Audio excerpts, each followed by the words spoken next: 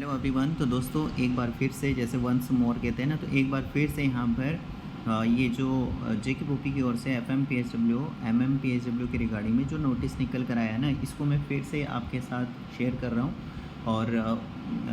ये देखते हुए कि दोस्तों कोई भी कैंडिडेट ऐसा ना हो जो कि पीछे रह जाए, है ना, इस कारण से किसी भी कारण से वो पीछे रह जाए, इसलिए मैं अपनी ओर से बेस्ट देता हूँ। अभी भी टाइम है, आज लास्ट डेट है, 23 तारीख है दोस्तों। आज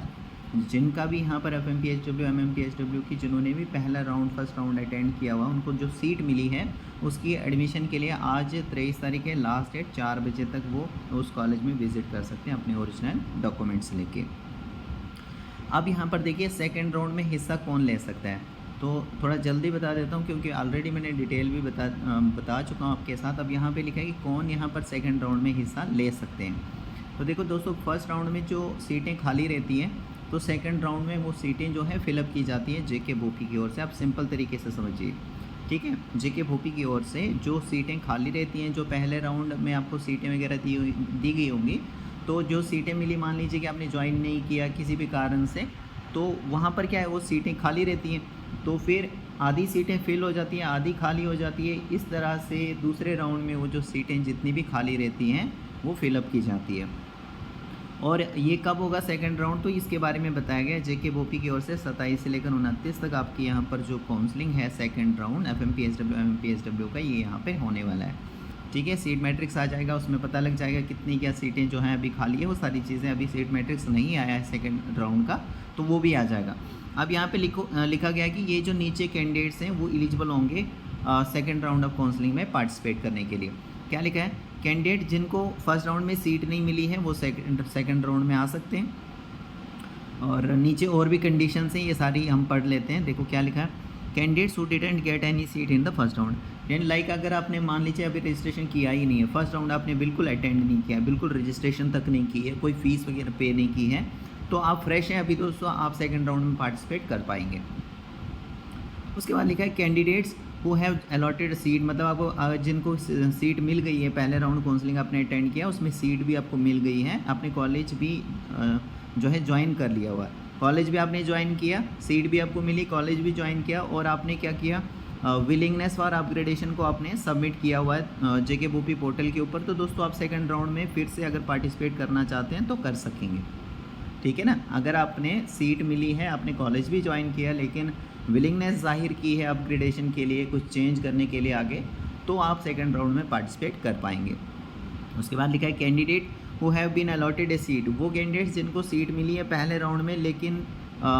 हैव नॉट ज्वाइन, लेकिन आपने कॉलेज ज्वाइन नहीं किया, यानी सीट तो मिली आपको, पहले राउंड जो काउंसलिंग का हुआ उसमें आपको सीट तो मिली, लेकिन आपने जो है कॉलेज ज्वाइन नहीं किया, लेकिन आपने अगर विलिंगनेस जाहिर की है दोस्तों, मतलब भोपी के पोर्टल पर जाकर वहाँ पर आपने विलिंगनेस फॉर अपग्रेडेशन को सबमिट किया है, तो भी आप यहाँ पर सेकंड राउंड में पार्टिसिपेट कर पाएंगे। ये लिखा है दोस्तों सेकंड राउंड के लिए। और ऊपर से ये भी लिखा है, देखो यहाँ पे लिखा है ना, the following candidate shall be eligible. ये जो नीचे जो मैं आपको पढ़ के बता रहा हूँ, यही कैंडिडेट्स एलिजिबल होंगे सेकेंड राउंड के लिए। फिर यहाँ पर थर्ड नंबर पर मैंने आपको क्या बताया, जिन कैंडिडेट्स को फर्स्ट राउंड में यहाँ पर सीट मिली लेकिन कॉलेज ज्वाइन नहीं किया, लेकिन सब विलिंगनेस को सबमिट किया हुआ है, यहाँ पर विलिंगनेस फॉर अपग्रेडेशन को सबमिट किया है जेके बोपी पोर्टल पर, तो वो सेकंड राउंड में आ सकते हैं। फोर्थ नंबर पर लिखा है candidates who have been allotted a seat, वो कैंडिडेट्स जिनको सीट अलॉट हुई है पहले राउंड में, उनको सीट तो मिल गई है लेकिन उन्होंने कॉलेज ज्वाइन नहीं किया किसी भी रीज़न से, जैसे डेफिशिएंट या इनवैलिड डॉक्यूमेंट्स के कारण, नॉन सबमिशन ऑफ फीस के कारण, नॉन रिपोर्टिंग फॉर एडमिशन के कारण, एटेस्ट्रा, इस तरीके का अगर कोई रीज़न है, और लेकिन मतलब आपने कॉलेज सीट मिली, कॉलेज ज्वाइन नहीं किया, इनमें से कोई भी कारण आपके हो सकते हैं। लेकिन अगर आपने सबमिट की है विलिंगनेस फॉर अपग्रेडेशन, मतलब आपने सबमिट किया हुआ willingness for upgradation JK Bopi portal पर आपने सबमिट किया हुआ है विलिंगनेस फॉर अपग्रेडेशन, तो भी आप यहाँ पर सेकेंड राउंड में हिस्सा ले सकते हैं, ठीक है। उसके बाद फिफ्थ नंबर पर लिखा है कैंडिडेट हु हैव रिज़ाइन। मान लीजिए किसी कैंडिडेट ने रिज़ाइन किया है कॉलेज से, जो कॉलेज उनको मिला है वहाँ से रिज़ाइन किया है, कब, 23 तारीख तक, 23 तारीख को 4 बजे तक जो टाइमिंग दी गई है, तो 4 बजे तक अगर आपने 23 तारीख 4 बजे तक अगर आपने जो लास्ट डेट यहाँ पर जेके बोपी की ओर से फिक्स की गई है एडमिशन की, 23 तारीख को 4 बजे तक, जो कि अभी भी टाइम है, तो अगर 23 तारीख को 4 बजे तक आपने रिज़ाइन किया है कॉलेज में जाके, वहाँ पे रेजिग्नेशन लेटर वगैरह जो है आपने सबमिट किया है, देखो यहाँ पे लिखा है candidates who have resign by or before the last date of admission. जो लास्ट डेट है एडमिशन की दोस्तों 23 तारीख, उसमें अगर आपने लास्ट डेट या फिर उससे पहले पहले अगर आपने रिज़ाइन कर लिया है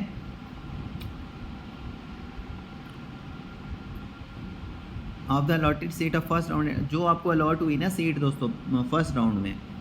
तो आप कॉलेज गए, वहाँ पर आपने क्या किया, रेजिग्नेशन डाल दिया, रेजिग्नेशन लेटर वहाँ पर जमा कर दिया। लेकिन ये 23 तारीख 4 बजे तक हो जाना चाहिए दोस्तों।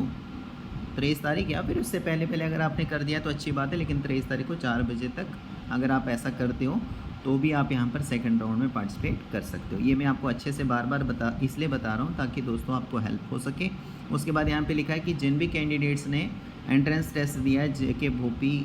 FMPSW MMPSW का जो एंट्रेंस टेस्ट लिया गया था जेके भोपी की ओर से,